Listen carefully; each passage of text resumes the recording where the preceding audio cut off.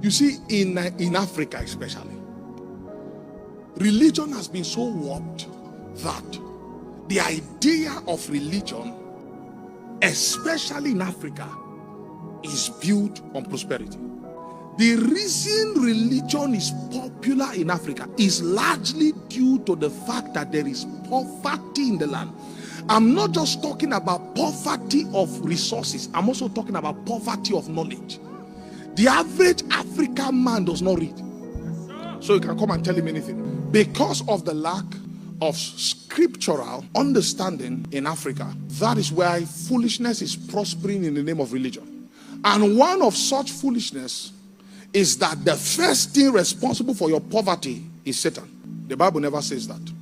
According to scripture, there are two things responsible for poverty. One of it is laziness. That's what the Bible teaches. Now, are we saying Satan cannot manipulate things? That's not what I'm saying. But I'm saying before you blame Satan, make sure you are working.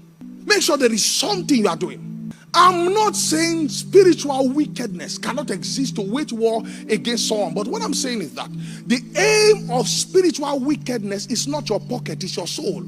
If anything is done against you in the flesh, it's to affect your faith. That was why Job suffered, so that his faith can confess something else. His faith. Satan is against faith. The devil we saw in the New Testament that met Jesus was a devil that wanted to give Jesus the riches of this world in exchange for faith. Why did Demas forsake Apostle Paul? He fell in love with this present world. Lack of work, lack of knowledge, lack of wisdom. Gain wisdom, gain value by getting something to do, and then we can pray blessings upon your life. Because even according to scripture, God blesses the works of a man's hand. I cannot expect the blessing of a minister if I'm not found in the duty of a minister.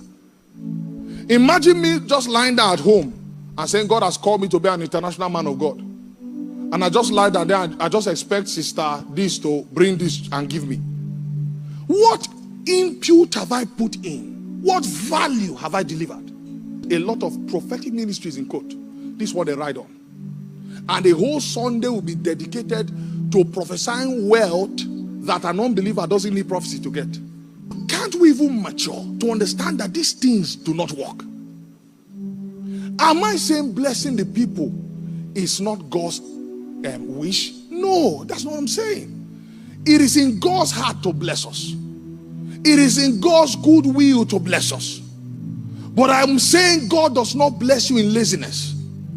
The first blessing is to give you wisdom to do. I am the Lord that giveth thee power to. Who gives you power? Who makes the wealth?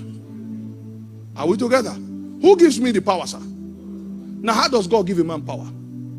Wisdom, favor, understanding, intelligence, retention, agility, health, favor. And guess what? You are the one that goes to create. God gave them Canaan land. Why did they have to still fight? There is no free seat anywhere, sir.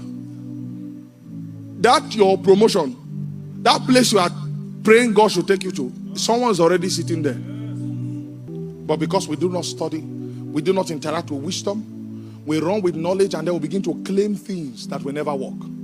It will never work. And the only person that will leave that service rich is the pastor. Because he is working, but you are not. And he will not tell you, either is ignorant of the complete truth, or he will not tell you the complete truth. God will bless the works. Because the first thing that was cursed were the works of your hands.